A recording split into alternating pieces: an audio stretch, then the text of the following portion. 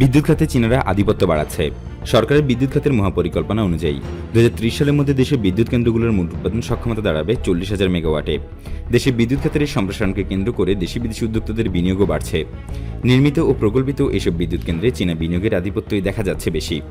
পরিসংখ্যানও বলছে 2030 সাল নাগাদ দেশে চীনা উদ্যোগে নির্মিত বিদ্যুৎ কেন্দ্রগুলোর উৎপাদন সক্ষমতা দাঁড়াবে 7,500 মেগাওয়াটে। অর্থাৎ ওই সময়ে দেশের মোট বিদ্যুৎ উৎপাদন সক্ষমতা চীনের অংশ বেড়ে দাঁড়াবে 17.5%।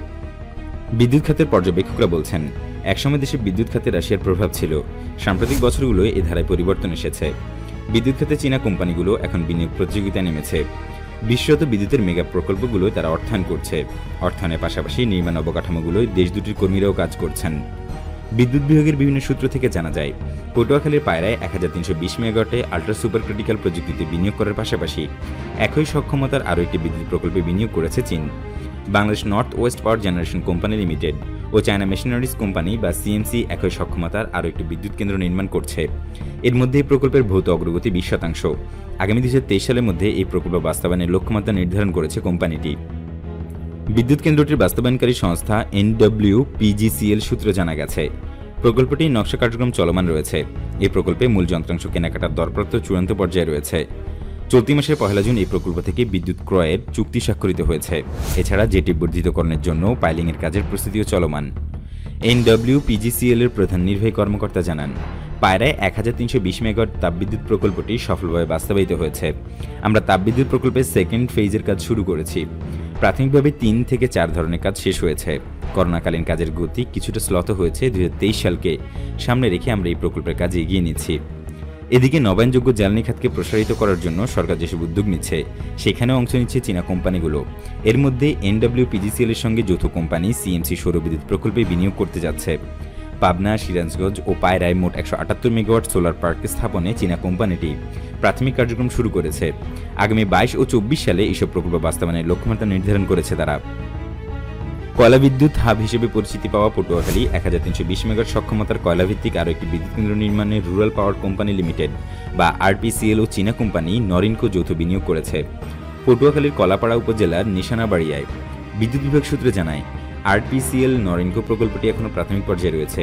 আগামী 2023 সালকে উৎপাদন লক্ষ্যমাত্রা ধরা হলেও কাগজে কলমে এই প্রকল্পের অগ্রগতি মাত্র 12%। এছাড়া বিপিডিবির সঙ্গে যৌথভাবে বিদ্যুৎ উৎপাদনে আরও 2টি বিদ্যুৎ কেন্দ্র নির্মাণ চুক্তি হয়েছে। চাইনিজ কোম্পানি হুদিয়াং কোম্পানির সঙ্গে 2017 সালে সমঝোতা চুক্তি স্বাক্ষর করে। চীনের হাংজু ভিত্তিক আরেকটি কোম্পানি চট্টগ্রামের মিরসরাইয়ে 1320 মেগাওয়াট সক্ষমতার আরও একটি বিদ্যুৎ কেন্দ্র নির্মাণ করেছে। দেশের সরকারি একটি কোম্পানির সঙ্গে যৌথভাবে এই প্রকল্প বাস্তবায়ন করা হচ্ছে। চীনের পাশাপাশি দেশের বিদ্যুৎ খাতে জাপান, রাশিয়া, ভারত, সিঙ্গাপুর ও মালয়েশিয়ায় বিনিয়োগ করেছে। এই খাত বড় হওয়ার সঙ্গে সঙ্গে বিদেশিদের বিনিয়োগ আগ্রহের কেন্দ্রবিন্দু হয়ে উঠেছে দেশের বিদ্যুৎ খাত। সরকারের পরিকল্পনা রয়েছে 2041 সাল নাগাদ 60,000 মেগাওয়াট বিদ্যুৎ উৎপাদন সক্ষমতায় পৌঁছানো, যেখানে চীনা বিনিয়োগের অঙ্ক ক্রমে ঊর্ধ্বমুখী হচ্ছে। বিদ্যুৎ হাব হিসেবে পরিচিত মহেশখালীর মাতারবাড়িতে কয়লা বিদ্যুৎ কেন্দ্র, এলপিজি টার্মিনাল নির্মাণে দেশীয় কোম্পানি কোল পাওয়ার জেনারেশন কোম্পানির সঙ্গে যৌথভাবে 1200 মেগাওয়াট সক্ষমতার আল্ট্রা সুপার ক্রিটিক্যাল প্রযুক্তির বিদ্যুৎ কেন্দ্র নির্মাণ করছে। প্রায় 36,000 কোটি টাকা ব্যয়ে নির্মাণাধীন এই প্রকল্প ঋণ সহায়তা দিচ্ছে জাপান ইন্টারন্যাশনাল কোঅপারেশন বা জাইকা। প্রকল্পে 28,000 কোটি টাকা দিচ্ছে সংস্থাটি। কয়লাভিত্তিক বিদ্যুৎ কেন্দ্র নির্মাণে সরকার মালয়েশিয়া, সিঙ্গাপুর ও দক্ষিণ কোরিয়ার সঙ্গে সমঝোতা চুক্তি স্বাক্ষর করেছে। দীর্ঘমেয়াদী চুক্তিবদ্ধ এসব বিদ্যুৎ কেন্দ্রের মধ্যে রয়েছে কোহেলিয়ায় 700 মেগাওয়াট বিদ্যুৎ কেন্দ্র। CPGSL এর সঙ্গে সিঙ্গাপুরের কোম্পানি সেমক্রপ যৌথভাবে এই প্রকল্প 2029 সাল নাগাদ বাস্তবায়ন করবে।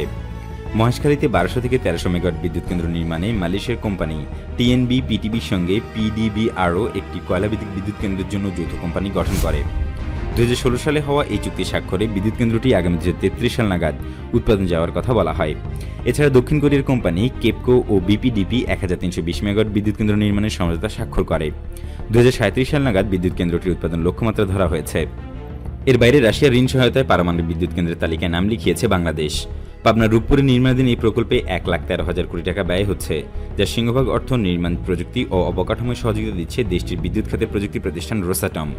এখান থেকে 2000 মেগাওয়াট বিদ্যুৎ পাওয়া যাবে। প্রতিবেশী দেশ ভারতের অর্থায়নে বাগেরহাটের রামপাল নির্মিত হচ্ছে 1300 মেগাওয়াট সক্ষমতার আরেকটি বিদ্যুৎ কেন্দ্র। এছাড়া দেশের বিদ্যুৎ খাতের উৎপাদন, সঞ্চালন ও বিতরণে এসব কোম্পানি নিজেদের প্রসারিত করছে। জ্বালানি বিশেষজ্ঞ বুয়েটের কেমিক্যাল ইঞ্জিনিয়ারিং বিভাগ জানায়, বিদ্যুৎ প্রকল্পে বিনিয়োগ সবচেয়ে নিরাপদ ও সুরক্ষিত বিনিয়োগ। এখানেই বিদেশি কোম্পানিগুলোর আগ্রহের বড় জায়গা।